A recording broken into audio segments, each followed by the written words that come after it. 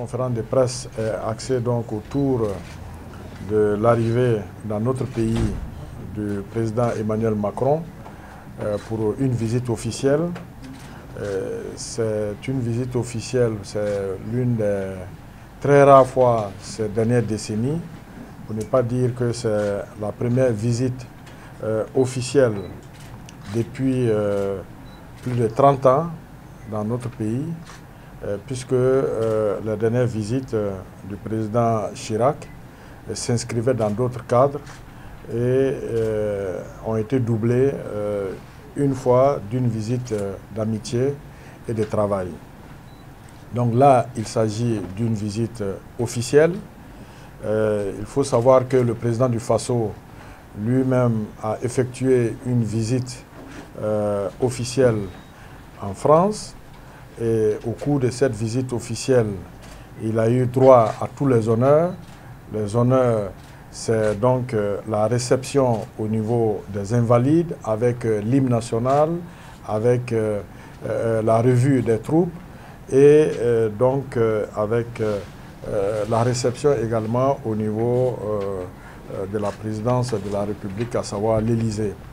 Donc, après 2 visites, dont l'une d'amitié et de travail, l'autre officielle, plus la visite qui a été effectuée dans le cadre du PNDS, nous avons l'honneur de recevoir le chef de l'État français, le président Emmanuel Macron. C'est une marque d'attention au Burkina Faso.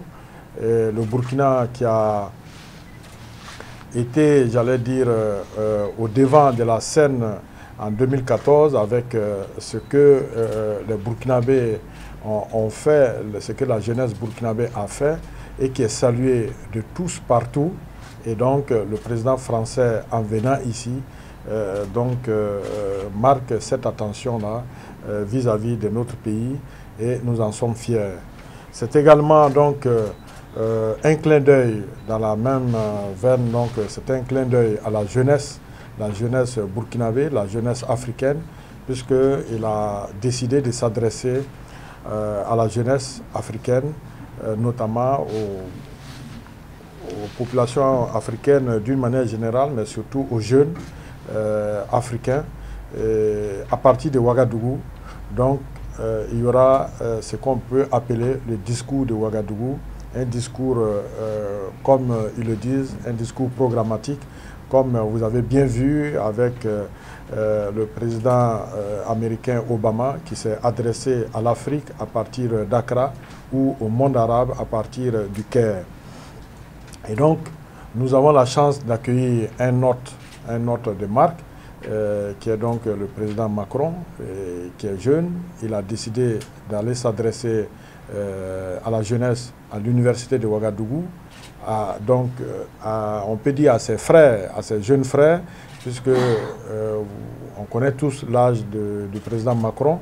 On ne peut pas dire qu'il parle à des neveux ou en tout cas à des fils ou des enfants à lui, mais c'est plutôt ses jeunes frères. Et donc, je trouve que c'est une idée intéressante d'avoir ce contact-là entre des gens de même génération, parce que pour une fois, la jeunesse africaine peut se reconnaître en quelqu'un, en tout cas de par son âge. Et je pense que comme nos traditions nous l'enseignent, comme nos parents nous l'enseignent, en tout cas, quand on accueille un hôte, quand on accueille en plus un hôte de marque, on doit se mobiliser pour l'accueillir, pour lui réserver un bon accueil. Et c'est ce que le gouvernement et la population burkinabé essaient de faire pour qu'il y ait un bon accueil au président Emmanuel Macron. Alors, je vais vous donner rapidement le programme, comment les choses vont se dérouler. Il va arriver très tard la nuit du 27 novembre. Et puis, il y aura un point de presse au niveau de l'aéroport. Et le lendemain, c'est une journée assez chargée qui va commencer par un accueil officiel au palais de Kossiam. Et ça, c'est une première parce que dans notre histoire, on n'a jamais fait un accueil officiel au palais de Kossiam. Donc, comme en France par exemple, on fait des accueils aux invalides, nous allons faire l'accueil au palais de Kossiam au lieu que ce soit à l'aéroport. L'accueil officiel donc sera quelque chose d'inédit et de magnifique. Et puis il y aura les entretiens entre les deux chefs d'État. Ensuite, il y aura donc cette cérémonie à l'université avec le discours du président Macron. Et par la suite, il y aura un déjeuner de travail axé sur la thématique de l'éducation. Et puis, après le déjeuner, il y a la visite d'une école, une école primaire, la Gentaba, c'est au secteur 12 de Ouagadougou. Et puis, le lendemain, nous aurons l'inauguration de la centrale solaire des Aktouli. Et je pense que c'est un bon programme bien rempli en 72 heures. Et c'est quelque chose d'assez rare, voir un chef d'État français passer 72 heures dans un pays. Et je pense que tout le monde peut aller sur Google et rechercher les informations. Et vous allez voir que dans l'histoire de nos pays, c'est quelque chose d'inédit, c'est quelque chose d'assez rare.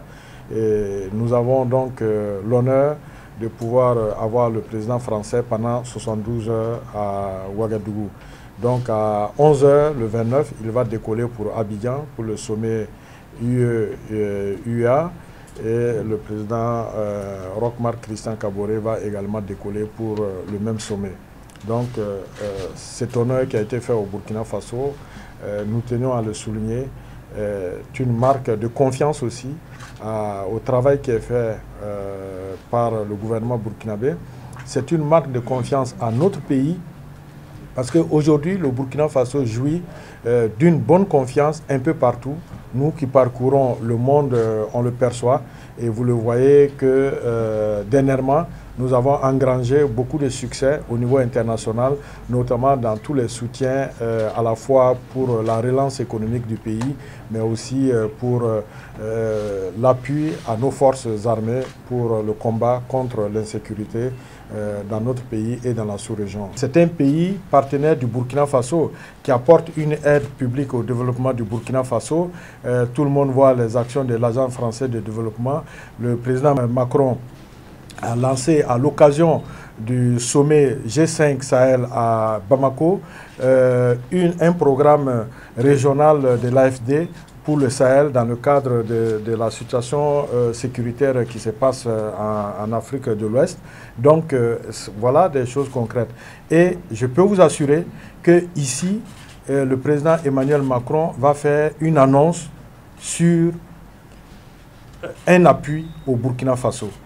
Mais je ne peux pas vous dire aujourd'hui il s'agit de ceci ou de cela, mais il va faire une annonce. Il y aura une annonce. C'est comme lorsque le président du Faso est allé la première fois, le président Roch Kaboré est allé la première fois à Paris.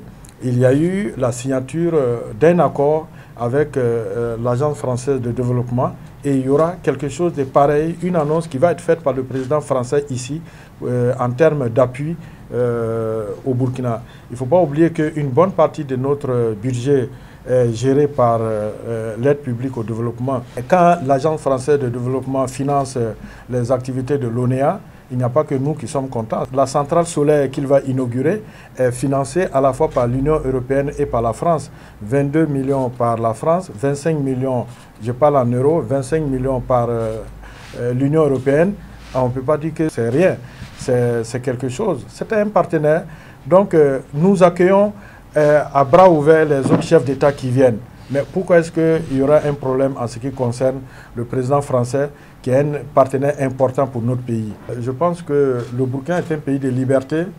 Donc, je réponds à une autre question. Le Burkina est un pays de liberté. Bon, les gens peuvent s'exprimer comme ils veulent, mais je pense qu'il y a d'abord la tradition africaine, il y a la tradition burkinabé. Dans la tradition africaine, je voudrais que quelqu'un me dise dans laquelle de nos traditions il faut sortir, boycotter l'arrivée d'un étranger qu'on estime que c'est quand même un partenaire ou un ami du pays. En tout cas, le président burkinabé Rochmar Christian Kaboré a effectué des visites en France et ça s'est bien passé, ça s'est bien déroulé. Et je pense qu'il est de notre devoir de faire en sorte que le président Macron soit bien accueilli. Et ce n'est pas la première fois. Il y a eu un président français qui a été ici déjà en visite officielle. C'était du temps de Thomas Sankara. Il n'a pas été rejeté, il a été bien accueilli. Et nous sommes toujours dans la même tradition africaine et burkinabé. L'opportunité, c'est de parler de nos problèmes. Puisque vous avez vu, il y aura des entretiens entre les deux chefs d'État. Donc, au cours de ces entretiens, nous allons forcément mettre sur la table nos préoccupations en matière de développement, en matière de sécurité. Et nous sommes très heureux que le président Macron soit focalisé sur une thématique qui est assez importante pour la jeunesse, qui est celle de l'éducation. Et au cours d'un déjeuner qui va être consacré à cette thématique de l'éducation, nous allons forcément présenter la situation du Burkina, les besoins et autres. Et donc, il peut en sortir donc des axes de financement assez intéressants pour le secteur de l'éducation au Burkina Faso.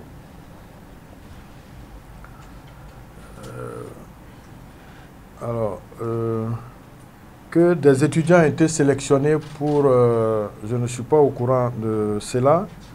Je pense que c'est la liberté, l'université reste libre, chacun de vous est invité.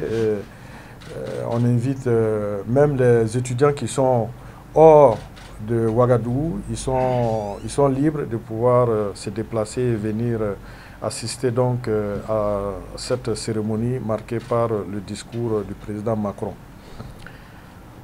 Une seule question qui va être posée par les journalistes, est-ce qu'elle est dictée? Bon, je pense que les journalistes sont assez libres. Hein.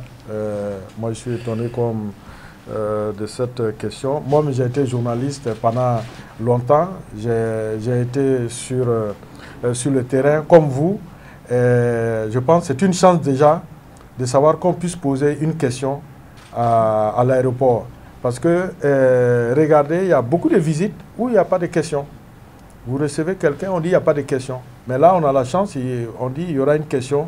Et je pense, tout comme on peut venir, on fait une déclaration, et puis il n'y a pas de questions derrière. Mais là, il y aura un entretien, c'est-à-dire il y aura une déclaration suivie d'une question. Et les journalistes peuvent s'entendre sur la question à poser. Bon, c'est pas quelque chose, c'est pas la première fois. On a tous fait ce métier-là, on le connaît, et c'est une chance au Burkina qu'on puisse poser des questions.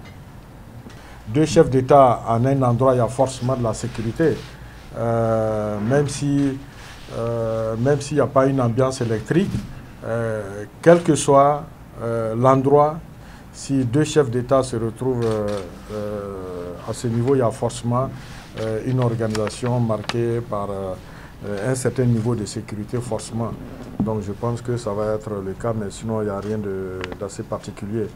Il y a deux questions. La presse française posera une question au président du Faso, la presse burkinabé posera une question au président de la République française. Donc je pense que ça nécessite que nous puissions discuter, que les rédactions se voient, qu'elles discutent, et puis qu'il y a peut-être une question d'ensemble sur laquelle tout le monde a envie de poser une question.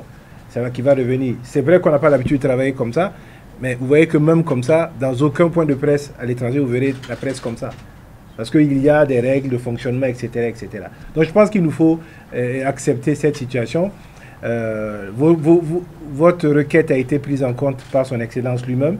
Et il y a des discussions pour voir si on pouvait trouver à un moment donné un créneau pour que vous puissiez avoir plus d'espace au niveau de la discussion avec le président français. Mais c'est des discussions qui sont en cours parce que dans ce genre de visite-là, tout est extrêmement réglementé, tout est planifié et tout se fait d'un commun accord. Il n'y a pas de place pour l'improvisation.